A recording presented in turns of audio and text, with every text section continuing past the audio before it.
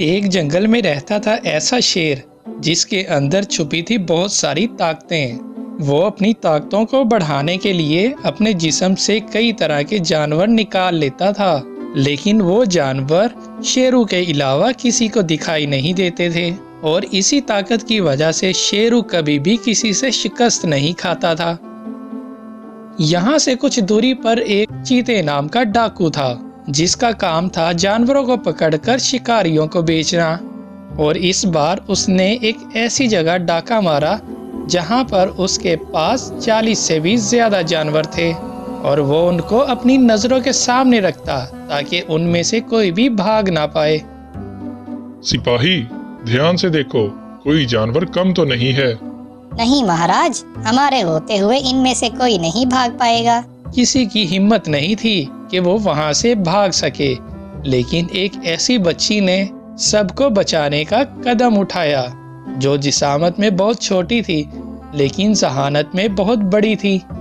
वो रात के वक्त अपनी माँ के पास एक खत छोड़कर चुपके से वहां से निकल गई। सुबह जब उसकी माँ ने वो खत पढ़ा तो वो परेशान हो गई क्योंकि उस खत में लिखा था, माँ, जब तक तुम ये खत पढ़ोगी तो मैं बहुत दूर जा चुकी होंगी। मुझे पता है मेरे चले जाने से तुम्हें बहुत परेशानी उठानी पड़ेगी और शायद बहुत से जुल्म भी सहने पड़े, लेकिन अब मैं अपना बदला लेकर ही रहूंगी। ये खत देखकर वो शेरनी बहुत परेशान थी, लेकिन शेरनी की बेटी रानी किस बदले की बात कर रही है, चलिए आपको बताते हैं। अगर आपको हमारी कहानियाँ पसंद आ रही हैं तो हमारे YouTube चैनल को सब्सक्राइब कर लें। दरअसल आज से कुछ दिन पहले सिम्बा शेर के पास तेजी से भागती हुई एक बकरी आती है। महाराज, आज मैं पास के जंगल घास चढ़ने गई थी, लेकिन बहुत मुश्किल से मैं अपनी जान बचाकर भाग आई। महाराज, क्यों? तुम्हें आखिर किससे खतरा है? पास के जंगल में चीते नाम का एक डाकू अपने ही जंगल के जानवरों को कैद करके कुछ सिक्कों के एवज बेच देता है। आपके होते हुए उन जानवरों पर ऐसा जुल्म तो नहीं होना चाहिए ना महाराज। तुम फिक्र मत करो, हम अपने सिपाहियों को लेकर अभी वहीं पहुंचते हैं। सुनो, तुम सिपाहियों को जल्दी से खबर करो, हम अभी निकलेंगे। फिर सिम्बा शेर अपने सिपाहियों को लेकर चीते के जंगल पहुंचा। सिम्बा के सिपाहियों ने चीते को चारों तरफ से घेर लिया और उसके सिपाहियों को मार डाला। अब तुम्हें घबराने की कोई जरूरत नहीं है, तुम सब आजाद हो। सिम्बा उन सभी को आजाद करवा देता है और चीते डाकू को एक खुफिया जगह पर कैद करवा देता है। मेरा आज तक का ये सबसे बड़ा सौदा था जो सिम्बा ने आज बर्बाद करके रख दिया। वो खुद को जानवरों का मसीहा समझता है, लेकिन अब उसकी बर्बादी तय है। चीता जब अपने अंदर की ये भड़ास निकाल रहा था तभी सिम्बा का एक सिपाही वहां पर पहुंच जाता है। तुम्हारे अंदर की आग सिम्बा को बर्बाद कर सकती है, लेकिन अकेले तुम उसका कुछ नहीं बिगाड़ सकते। अगर तुम मेरे साथ मिल जाओ, तुम अपना बदला ही नहीं बल्कि सिम्बा के जंगल के जानवरों से करोड़पति भी बन सकते हो। वो सिपाही चीते को आजाद कर देता है और सिम्बा का वो सिपाही तेजी से भागता भागता अपने जंगल पहुंचता है। सालों से जिसने अपनी फिक्र किए बिना तुम्हें हर मुश्किल से बचाया, वो आज खुद एक जाल में फंस गया। ओहो, तुम पहेलियों में बात क्यों करते हो? साफ साफ बताओ, बात क्या है? महाराज, सिम्बा किसी बात के सिलसिले में पास वाले राजा के पास गए थे, लेकिन वहाँ किसी बात पर बहस हुई तो साथ के जंगल वाले बादशाह ने महाराज को कैद कर लिया। अब हमें अपना वक्त बर्बाद नहीं करना चाहिए। चलो साथियों, सब साथ चलते हैं। फिर सभी जानवर वहाँ के लिए निकल पड़ते हैं और सिम्बा का वो सिपाही सबसे आगे आगे चलता है और जानवर उसके पीछे पीछे चलते हैं।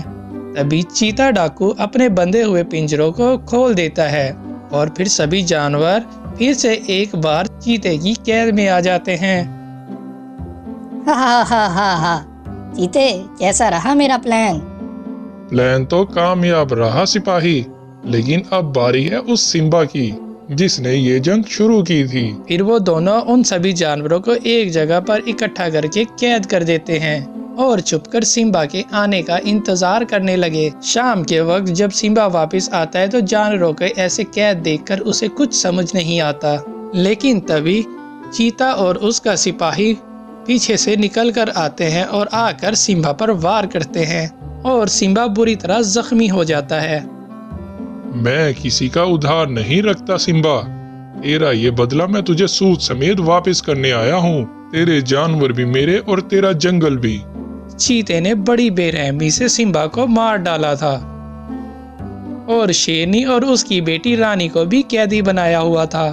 तो ये थी आज से कुछ दिन पहले की कहानी। इधर रानी चलती चलती शेरू के जंगल पहुंच जाती है। दरअसल ये शेरू सिम्बा का पुराना दोस्त था।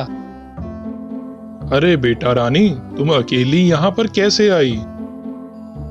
उसने सब बर्बाद कर दिया। वो जालिमों का भी जालिम है। मैं उसे नहीं छोड़ूंगी। बेटा क्या हुआ तुम्हें, और वो कौन है? फिर रानी ने सारी कहानी शेरू को बताई। उससे बदला लेने का एक ही तरीका है, उसे लालच देना होगा। मैं अपना सारा खजाना लेकर उसके पास पहुंचता हूँ। ये कहकर वो बहुत सारा अपना सोना लेकर चीते के जंगल के लिए निकल पड़ा और कुछ ही देर में चीते तक पहुंच गया। चीते, मैंने तुम्हारे बारे में बहुत सुना। मैं अकेले ही तुम्हारे सिपाहियों के साथ लड़ना चाहता हूँ। अगर तेरे सिपाही मुझसे हार गए तो तुझे इन सारे जानवरों को आजाद करना होगा, और अगर मैं हारा तो ये जितना भी सोना है ये सब तुम्हारा।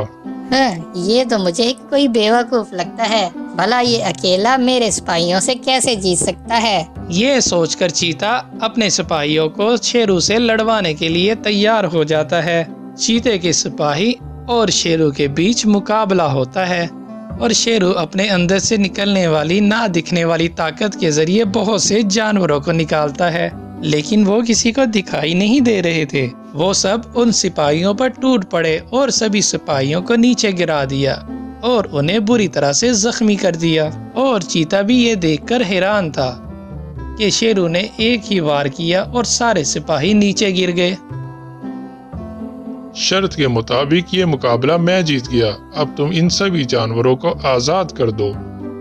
नहीं, तुमने जरूर कोई गड़बड़ की है। मैं कभी नहीं हार सकता, और ना मेरे सिपाही। और फिर चीता उस सोने को उठाकर वहां से भागने लगता है, लेकिन तभी वहां पर सिम्बा का वही सिपाही आ पहुंचता है। इस बार शेरू उसे पकड़ लेता है और नीचे गिरा देता है। रुक जाओ चीते, अगर तुम एक कदम भी आगे बढ़े तो अपने इस सिपाही से हाथ धो बैठोगे। मुझे इसकी कोई परवाह नहीं। मैं सिर्फ दौलत से मोहब्बत करता हूँ और सारा सोना मेरे पास है। ये सुनकर सिम्बा का वो सिपाही बहुत गुस्से में आ जाता है और सोचने लगता है, मैंने अपने सच्चे महाराज को खोकर इस गद्दार का साथ दिया। अब तुझे मुझसे कोई नहीं बचाएगा। ये सोचकर वो बुरे गुस्से से चीते पर टूट पड़ता है और उसे जान से मार डालता है। तभी वहाँ पर रानी भी आ पहुँचती है और शेरू सभी को आजाद करवा लेता है। सिम्बा का सिपाही सबसे बहुत शर्मिंदा होता है और सबसे माफी मांगता है। इस तरह से जंगल फिर से आजाद और आबाद हो जाता है। तो आपको ये कहानी कैसी लगी? अगर पसंद आए तो वीडियो को लाइक और शेयर कीजिएगा और हमारे चैनल को सब्सक्राइब कीजिएगा।